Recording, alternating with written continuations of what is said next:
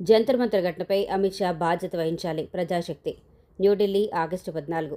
జంతర్ మంతర్ వద్ద విద్యార్థులపై జరిగిన పోలీసు దహనకాండపై కేంద్ర హోంమంత్రి అమిత్ షా పార్లమెంట్లో సమాధానం చెప్పకుండా బాధ్యత నుంచి తప్పించుకోవటం ప్రజాస్వామ్య స్ఫూర్తికి విరుద్ధమని ప్రజాశక్తి సంపాదకీయం విమర్శించింది. ప్రతిపక్షాల ప్రశ్నలకు సమాధానం చెప్పాల్సిన సమయంలో సభకు దూరంగా ఉండి బయట మీడియాతో మాట్లాడటం బాధ్యత రాహిత్యమని పేర్కొంది. జూలై 20న విద్యార్థులు పార్లమెంటు వైపు కదిలిన సందర్భంగా పోలీసులు లాఠీచార్జి చేయటం, పెల్లెట్ గన్లు ఉపయోగించటం విద్యార్థుల పట్ల అభ్యంతరకరంగా వ్యవహరించారని ఆరోపణలు దేశవ్యాప్తంగా ఆందోళనకు దారితీశాయని తెలిపింది. ఢిల్లీ పోలీసు వ్యవస్థ కేంద్ర హోంశాఖ పరిధిలో ఉన్నందున జరిగిన ఘటనపై కేంద్ర హోంమంత్రి స్పష్టమైన వివరణ ఇవ్వాల్సిన బాధ్యత ఉందని పేర్కొంది. పార్లమెంటరీ వ్యవహారాల్లోనూ బీజేపీ ప్రభుత్వం చర్చ, పరిశీలన, జవాబుదారీతనం కంటే సంఖ్యాబలానికే ప్రాధాన్యమిస్తోందని సంపాదకీయం ఆరోపించింది.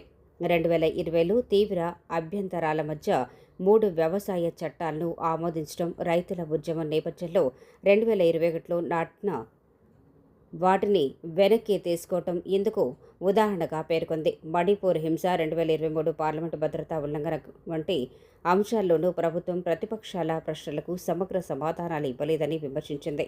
పార్లమెంటరీ కమిటీల పరిశీలనకు బిల్లులను పంపే విధానం కూడా గణనీయంగా తగ్గిపోయిందని సంపాదకీయం పేర్కొంది. 15వ లోక్సభలో 71% బిల్లులు కమిటీల పరిశీలనకు వెళ్లగా 16వ లోక్సభలో 25%కి, 17వ లోక్సభలో 16%కి పడిపోయిందని తెలిపింది. కీలకమైన బిల్లులు సైతం తక్కువ వ్యవధిలో పరిమిత చర్చతో ఆమోదం పొందటం పార్లమెంటరీ సాంప్రదాయాల బలహీనతకు సంకేతమని పేర్కొంది. ప్రజల సమస్యలు, రైతులు, కార్మికులు, విద్యార్థుల ఆందోళనకు చట్టసభల్లో తగిన ప్రాధాన్యం లభించకపోతే ప్రజలు వీధుల్లోకి రావటం సహజమని సంపాదకీయం తెలిపింది.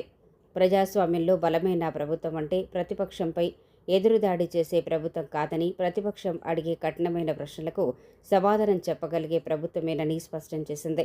జంతర్ మంతర్ ఘటనపై కేంద్ర హోంమంత్రి అమిత్ షా పార్లమెంట్లో బాధ్యతాయుతంగా వివరణ ఇవ్వాలని, జరిగిన పరిణామాలపై స్పష్టత ఇవ్వాల్సిన అవసరం ఉందని ప్రజాశక్తి సంపాదకీయం డిమాండ్ చేసింది.